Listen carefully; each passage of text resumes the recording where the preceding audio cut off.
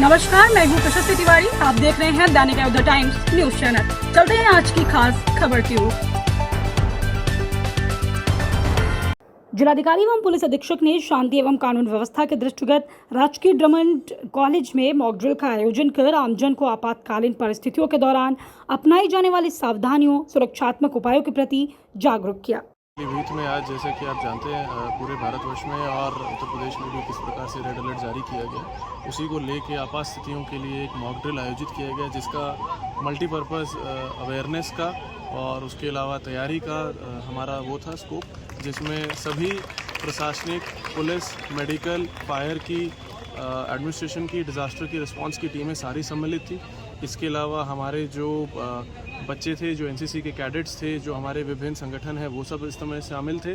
और इसका मल्टीपर्पज़ एक ऑब्जेक्टिव था कि भाई हम अवेयरनेस भी क्रिएट कर सके कि यदि कभी ऐसी स्थिति उत्पन्न होती है तो उसमें क्या क्या करना है, कैसे आपको जो सायरन वार्निंग के लिए बजाए जाते हैं, एयर सायरन जिनको कहा जाता है, उसमें आपको किस तरह से रिएक्ट करना है।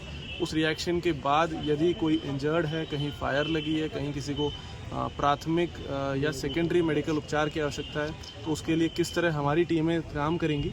तो न केवल इसने पब्लिक में जागरूकता के रूप में इस मॉक ड्रिल ने काम किया है, इसके साथ साथ पुलिस की, फायर की, मेडिकल और प्रशासनिक टीमों को किस तरह से रिस्पॉन्ड करना है ऐसी स्थिति में, उनकी भी ड्रिल हुई है, जिससे आने वाली ऐसी अगर कभी ऐसी स्थिति उत्पन्न होती है तो हम लोग संपूर्ण रूप से पीलीभीत पुलिस और प्रशासन उस चीज़ के लिए तैयार रहे। तो ये इस चीज़ के लिए आज इस तरह के मॉक ड्रिल। नेपाल सीमा सटी हुई है, ऐसे में क्या बरती आ रही है? देखिए, नेपाल बॉर्डर पे जैसा कि आप लोग देख रहे हैं, जनपद पीलीभीत में लगातार पिछले 7-8 दिनों से ही हम लोग अलर्टनेस मेंटेन करे हुए हैं। डीएम साहब के द्वारा, मेरे द्वारा, इसके अलावा हमारे additional SP, ADM, CO, SDMs, और इसके अलावा जो हमारी क्या कहते हैं एसएसबी की टीम्स हैं, एसएसबी के जो ऑफिसर्स हैं, कमांडेंट हैं, यहाँ पे डीआईजी और आईजी साहब आए थे कुछ दिन पहले, उनके साथ भी एक जनपदीय लेवल बैठक करी गई थी।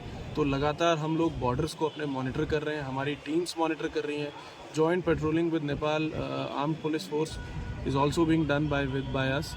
तो लगातार उस चीज़ को भी हम लोग मॉनिटर कर रहे हैं। सर, आज शाम को एक पुलिस ब्लैकआउट का कार्यक्रम कर रही है, किस तरीके का कार्यक्रम है, लोगों को क्या संदेश देने की कोशिश? देखिए, वो भी एक जॉइंट पुलिस और प्रशासन का कार्यक्रम है, जिसमें ये है कि अगर ब्लैकआउट की रिक्वायरमेंट कभी किसी आपात स्थिति में पड़ती है तो उसमें क्या किया जाएगा, उसमें क्या प्रोसेसेस रहेंगे, तो उसका भी अवेयरनेस और एक ड्रिल, दोनों पर्पज से उस चीज़ को किया जाएगा। Thank you. धीरे-धीरे ग्राउंड में लेके चलिए। यह घायलों को रेस्क्यू कर लिया गया है। आप कुछ जो गंभीर रूप से इधर ले, इधर करते हो, इधर ले आइए गंभीर रूप से घायलों को।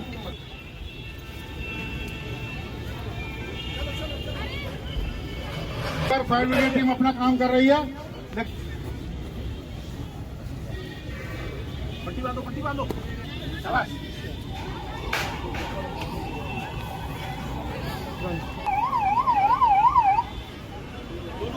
इंजनों को नीचे उतारिए।